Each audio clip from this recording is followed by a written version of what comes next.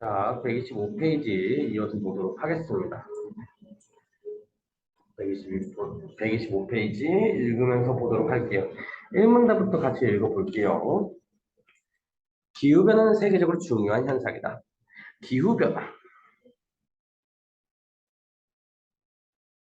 사실 이 기후변화라고 얘기하는 현상 자체가 사회적인 관점에서도 중요하지만 과학적으로도 기후변화라고 얘기하는 거는 중요시하게 쳐다봐야 되는 현상 중에 하나잖아요. 그러니까 요거는 사회하고 과학하고 사실 엮여 있는 지문에 가깝다라고 볼 수 있는 거죠.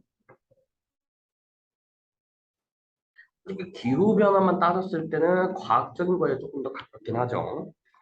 기후변화가 전 세계에 미치는 영향을 측정하여 주목받았던 대표적인 연구에는 이걸 뭐에 연결한대? 세계 경제에 연결한대. 즉,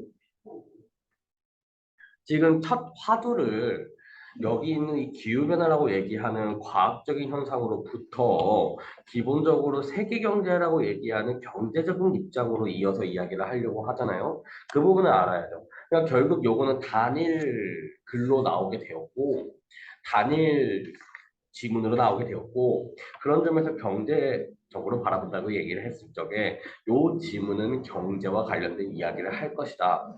바로 자연스럽게 추측이 가능한 거죠. 주목받았던 대표적인 연구에는 영국 정부의 요청으로 수행되어 2006년에 결과가 발표된 스턴 보고서가 있다. 스턴 보고서.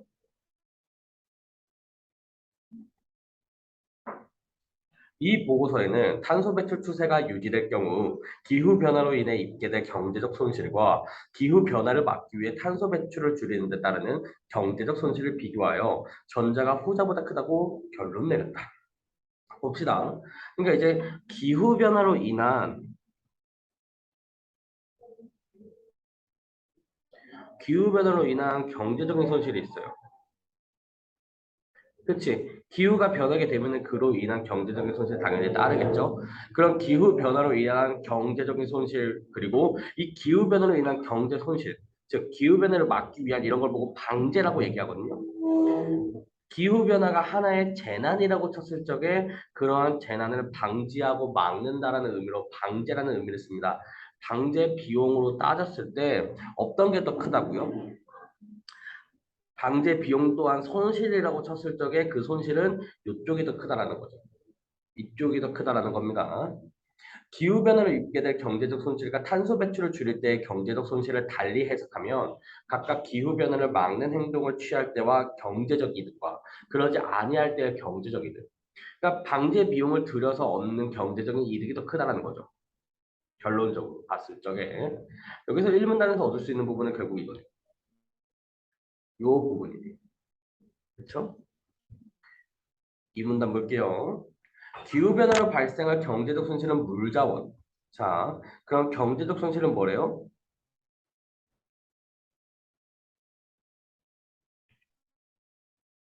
물자원, 식량 생산,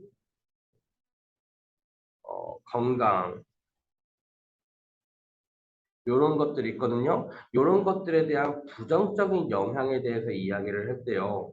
이런 것들과 관련된 부정적인 영향으로 측정되었는데 이러한 영향은 일반적으로 장기간에 걸쳐서 이루어집니다. 그러니까 기후변화로 인한 어떤 경제적인 손실은 장기적이다 이거죠. 굉장히 장기적이다 이거예요. 하지만 스턴 보고서에는 기후변화로 인한 경제적 손실은 장기적이다. 심지어 여기서는 뭐라 그랬죠? 영원히 이루어진다라고 얘기를 했고요. 반면 기후변화를 막기 위한 방제 행동으로서의 경제적 손실은 비교적 단기간입니다. 방제 손실은 몇 가지 말들 좀 생략을 할게요. 그러니까 요거 같은 경우에는 일반적으로 어떻다? 단기적이다. 라고 얘기를 합니다. 탄소 배출을 감축하는 기술의 채택이나 생산 방식의 변화에 따른 비용이 오래 지속되지는 않기 때문이다라고 얘기를 하고 있네요. 3문단 볼게요. 이렇게 발생 기간이 서로 다른 값들을 그대로 현재 시점에서 비교하는 것은 적절하지 않기 때문에 일반적으로 할인이라는 방법을 씁니다. 그러니까 이제 조금 생각을 해보면 돼요. 그러니까 이제 내 요 지갑이 있어요. 요 지갑이 있는데 요 지갑이 가지고 있는 현재 가치와 10년 뒤 가치. 100년 뒤 가치를 본다고 쳤을 때 여기 A라고 얘기하는 지갑, 요 지갑이 있었을 적에 10년 뒤에 A와 100년 뒤에 A는 같은 취급을 할 수가 있을까요? 아니요. 얘가 시기가 지나면 지날수록 썩을 텐데 어떻게 100년 뒤에 A가 현재 A보다 가치가 동일하겠습니까? 말이 안 된다는 거죠. 그러니까 요거를 같이 비교를 할 때 요거를 각각의 현재 10년 뒤, 100년 뒤를 기준으로 해서 A를 비교하는 것은 말이 안 된다. 그렇다는 얘기는 결국 100년 뒤에 있는 A를 현재의 가치로 끌고 와야 된다라는 거죠. 그렇기 때문에 할인이라는 방법을 사용을 하는 겁니다. 그렇기 때문에 여기 있는 이 할인이라는 방법을 사용할 수밖에 없다는 거예요. 미래의 값을 현재의 가치로 환산하는 거고요. 당연히 이 미래의 가치를 현재의 가치로 환산했을 때는 작아질 수밖에 없습니다. 왜냐하면 모든 재화나 이런 물품들은 시간이 갈수록 그 가치가 떨어지기 때문인데요. 그러니까 골동품이라든가 문화재라든가 그런 것들을 제외를 하고 일반적으로 이런 것들 시간이 지나면 다 썼기 때문에 가치가 떨어질 수밖에 없는 거라고. 자, 예컨대 현 이자율이 1%라고 쳐봅시다. 이 만 원이라고 얘기하는 녀석들이 만 원이 1년 뒤 이자율이 1%이기 때문에 1,100원으로 가게 돼요. 1,100원으로 가게 되는데 여기 있는 이 이자율에 따른 1,100원을 현재의 가치로 따졌을 때는 할인율이 1%다 이 얘기죠. 그러니까 미래에 있는 1,100원은 현재 만 원의 가치를 갖는 셈이다라는 거죠. 미래 1년 뒤에 있는 1,100원을 현재의 가치로서 따졌을 때는 만 원의 가치를 가지게 된다. 만 원의 가치를 가치는 셈이다라고 이해를 하는 것들. 이런 것들이 바로 할인입니다. 이때 현재의 값이 미래에 얼마나 커진가를 결정하는 이 이자율은 곧 할인율로 적용이 되게 되는 거예요. 그러니까 미래의 값이 현재에는 얼마나 작게 가치가 평가되는가를 결정하는 것이 바로 할인율이다 이거죠. 어떻게 미래의 가치를 현재의 가치, 그 미래의 가치가 결국에는 이자율로 따졌을 때 만약에 2만 원짜리인데 그걸 어떻게 똑같은 2만 원이라고 두고 비교를 할 수 있겠어요?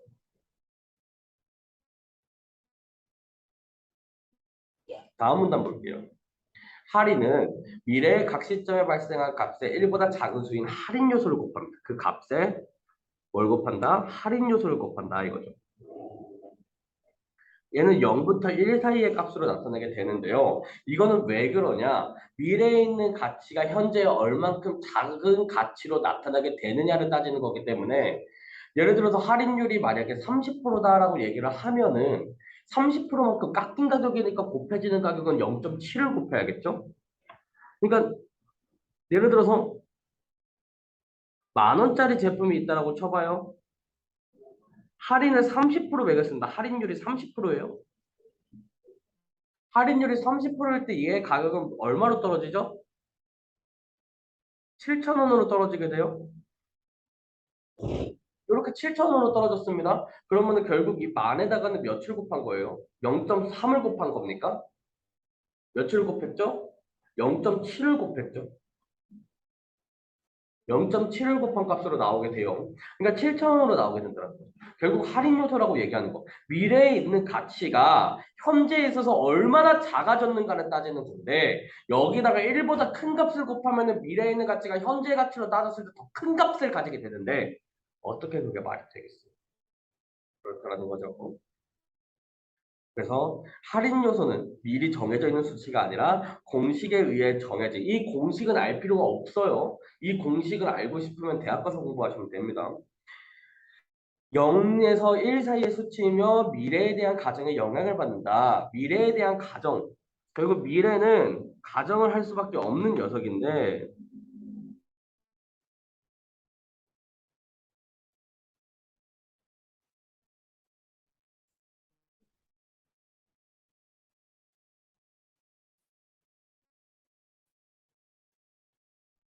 그래서 미래에 대한 가정을 결정하는 데 중요한 녀석 두 가지는 무엇이냐? 바로 특정 시점의 할인율. 그러니까 특정 시점의 할인율이 바뀌면은 당연히 곱해지는 할인 요소 값이 바뀌니까 그 특정 시점의 할인율은 굉장히 중요한 요소로 작용을 하겠죠. 두 번째 어떤 거겠어요? 고려하는 기간의 길이 이거 너무 중요하겠죠. 왜 중요하겠어요? 길이가 길어지면 길어질수록 그 현재 가치는 떨어질 것이기 때문이죠. 왜요? 시간이 지나면 지날수록 그 재화의 가치는 떨어지게 됩니다. 감가상각이라고 얘기하는 게 있어요. 기본적으로 기계라고 얘기하는 거는 사용할수록 마모되고 당연히 가치가 떨어지겠죠. 아이폰은 모르겠는데 갤럭시 S3 씁니까? 안 쓰죠. 가치가 없다고요. 시간이 많이 지났죠. 갤럭시 S 21, 22가 나오는 시대에 3, 4 장난하십니까? 물론 아이폰은 조금 다른 의미를 지니긴 하는데 일단 갤럭시는 그렇잖아요. 그렇게 갤럭시 비하 발언이 아니라 자, 그랬을 때 할인율은 총 다음과 같은 특징을 가진대요. 첫 번째, 특정 시점에 대한 할인 요소는 해당 시점의 할인율이, 즉 해당 시점의 할인율이 높을수록 할인 요소는 작은 값을 곱한다. 이거 너무 당연한 얘기입니다. 할인이 많이 됐다라는 것은 그만큼 깎였다는 얘기예요. 깎였다라고 얘기하는 거에 대해서 집중하시면 된다고요. 1,000원짜리 70% 세일 들어갑니다. 얼마 되죠? 300원 됩니다. 1,000원짜리예요. 30% 세일 들어갔다고 쳐봅시다. 700원이 돼요. 그럼 얘는 1,000원에 뭐 곱한 겁니까? 0.7 곱한 거고요. 얘는요, 1,000원에 몇 곱한 겁니까? 0.3 곱했다고요. 봐요. 반대죠.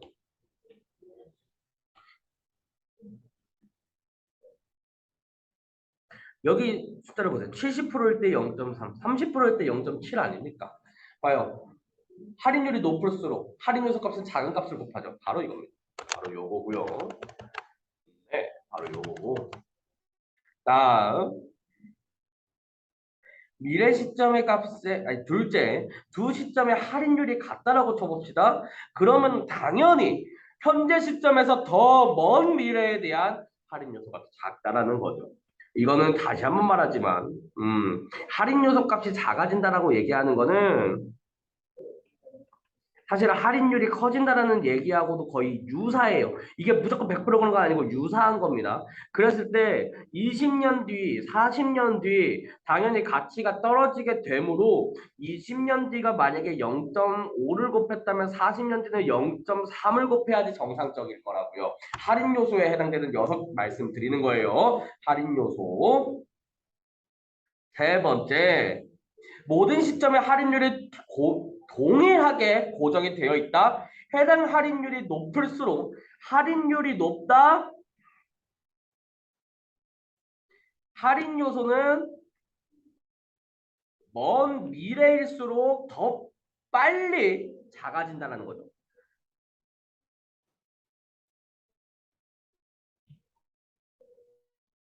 더 빨리 작아진다는 겁니다.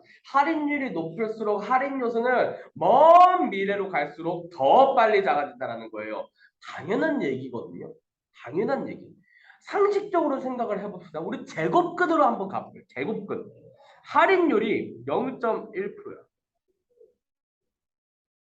할인 요소는 대략 너무 좀 그런가? 할인율이 10%야.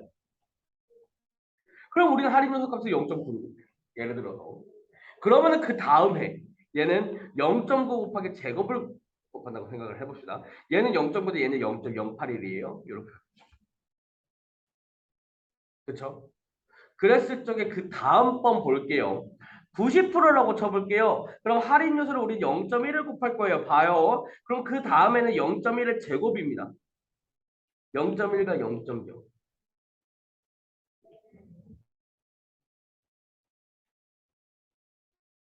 그러니까 지금 크기만 보더라도 다르죠.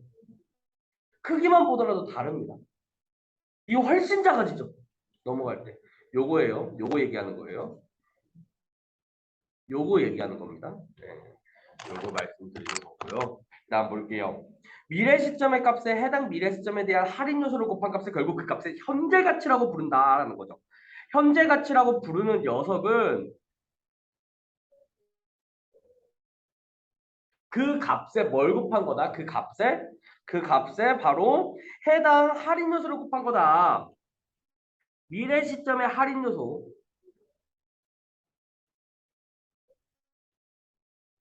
미래 시점의 값.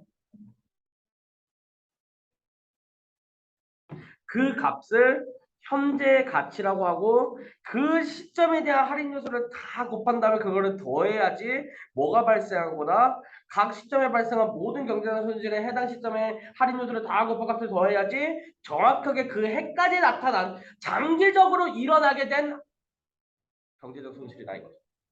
예를 들어 경제적 손실을 구할 때. 그러니까 결국 1년부터 T년도까지 어떤 그 시점에 경제적 손실이 V로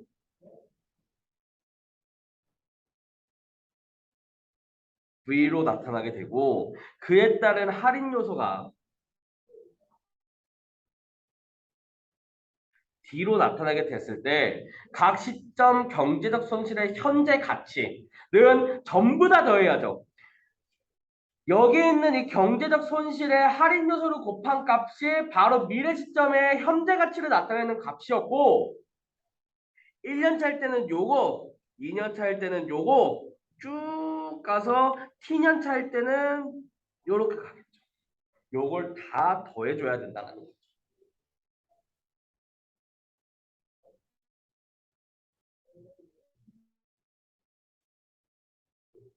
자, 스턴 보고서에서 기후변화로 발생할 경제적 손실이 기후변화를 막는 데 따르는 경제적 손실보다 크다고 결론 내릴 수 있었던 요인 중 하나는 1에 가까운 할인 요소를 지속적으로 사용한 것이다. 그러니까 결국 여기서 얘기하고자 하는 바는요.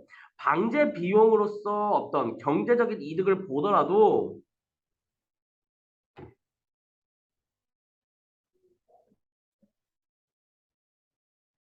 그러니까 이로 인해서 경제적인 이득을 보더라도 결론적으로는 어떻게 되는 거다? 결론적으로는 여기 있는 경제적 손실보다 아니 그러니까 경제적인 이득보다 방제 비용으로 얻을 수 있는 경제적인 이득보다 그러니까 방제를 함으로써 손실을 어느 정도 막았잖아요. 손실을 막았잖아. 손실을 막았지만 이로 인한 경제적 이득보다 결론적으로는 꾸준히 장기적으로 그것도 그 현재 가치가 어느 정도 변하지 않는 꾸준한 1에 가까운 할인 요소를 곱해서 경제적인 손실을 나타냈기 때문에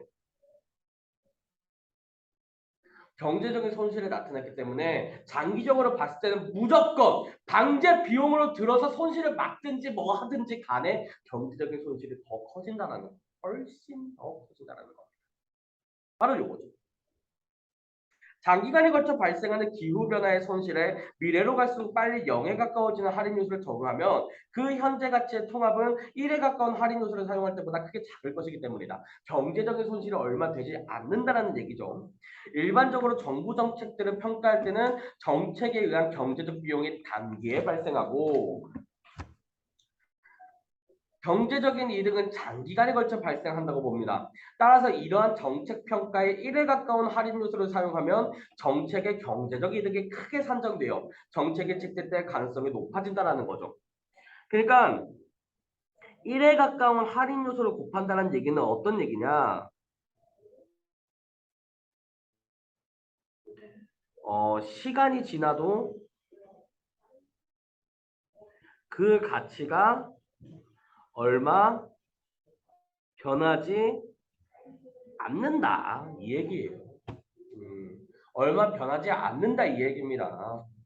이 때문에 경제적 이런 어떤 손실이 적기 때문에 정책에 채택될 가능성이 더 높아진다는 거죠. 근데 이 때문에 더욱더 적절한 할인 요소를 사용하는 것이 중요해지는 겁니다. 할인 요소를 어떤 수치를 사용하는 것이 적절한가에 대한 이런 이론들이 있는데 스턴 보고서를 비판하는 학자들은 스턴 보고서에 사용한 할인 요소가 그러한 이론들에서 제시한 수치보다는 크다는 점이 문제라고 보는 겁니다. 기후변화로 인한 피해를 미래에 영향을 미치는 다른 경제적 활동과 달리 취급할 이유가 없다는 논거에서이다. 모든 가치는 시간이 지날수록 떨어지는 가치를 지니게 되는데 왜 이 녀석만 꾸준히 1에 가까운 할인 요소를 곱하게 만드느냐. 다른 경제적인 요소랑 같은 취급을 해야 한다라는 겁니다.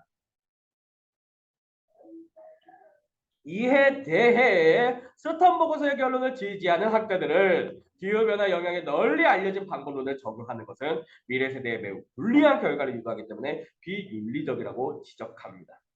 미래 세대에 매우 불리한 결과다라고 얘기하는 거, 미래 세대에 너무 큰 부담이 된다는 거죠. 지금 가지고 있는 그 부담을 미래 세대에도 더 느끼며 지금보다 더 큰 부담을 느끼게 되기 때문에 생태계에 영속적인 영향을 미칠 수 있는 사안에 대해서 유한한 영향의 정책 평가가 적용되는 일반적인 이론을 적용하는 것은 맞지 않다는 것이다. 영원히 이렇게 펼쳐지는 녀석들을 가지고서 단기간에 결정되는 어떤 요소를 가지고서 평가하는 것은 적절치 않다는 거죠.